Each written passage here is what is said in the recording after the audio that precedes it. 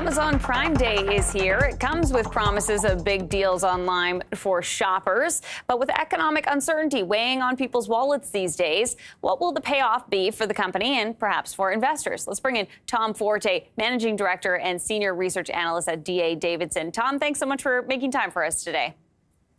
Thanks for having me on. So tell us about how, Amazon Prime Day has sort of evolved for the company and just how important it is to Amazon.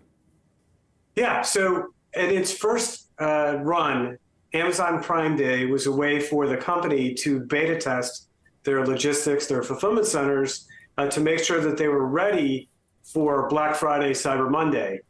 How it's changed, though, is I think last year, for the first time ever, they had 2 Prime Days in one calendar year, though they called the one in October, I think, Prime Early Access, not Prime Day. And I think that what you're seeing this year and late last year is that Amazon needs a sale. So the consumer discretionary environment is tough, and Amazon, like any retailer, is trying to increase its revenue by having a big sale, which is what I think Prime Day needs this year. Do you think it's going to be successful this time around, Tom?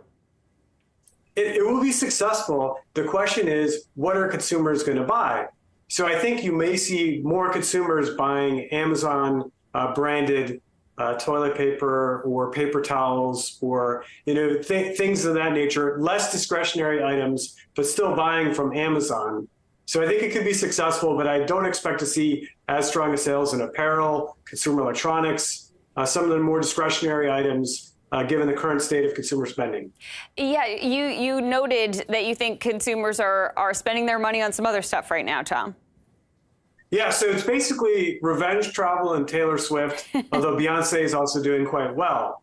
So at the current stage of the pandemic, what we're seeing is consumers are spending a large portion of their discretionary income on travel, also on live events. And then at the same time, there's incremental pressure on their wallet from food inflation, energy inflation.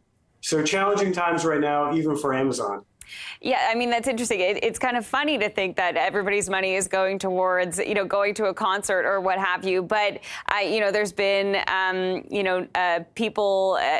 economists noting that Beyonce is adding to inflation in various areas because of just how much money flows in because of these artists. But when you're thinking about Amazon as well, on the sales side of things, you mentioned the Amazon branded items, but other companies have to play ball, right? In order, they have to want to put their items on sale to be part of this sale. Do you think that could be a factor that could hold, some of these deals back if companies aren't in the position right now to be doing that?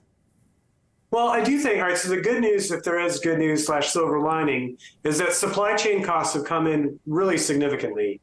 So Amazon and companies in general have an opportunity to reinvest that savings from a supply chain standpoint into promotions. And I do think that while Amazon branded products will do well on Prime Day, other brands having their products sold in Amazon will do reasonably well as too, especially the less discretionary items, because I do think there's more opportunity to promote, to reinvest the savings from improvements in the supply chain. When you're thinking about, Amazon overall going forward, do you think that we should expect, consumers to be pulling back, not just on on an Amazon Prime Day, but just sort of in general shopping with Amazon? When we saw so much interest in e-commerce over the pandemic, is that going to be part of it as well? Yeah, so we did a white paper called That Was Then, This Is Now. And what we're finding in the current stage of the pandemic is, in addition to revenge travel, consumers have returned to physical stores. That's pressuring e-commerce sales. And then again, the inflation in energy prices and in food prices. So it's challenging times for e-commerce, not just Amazon, but also Shopify, Etsy, Wayfair, Overstock. And I think part of that is the challenging macroeconomic environment. Part of it is consumers returned to physical stores, and part of it is the revenge travel and the Taylor Swift.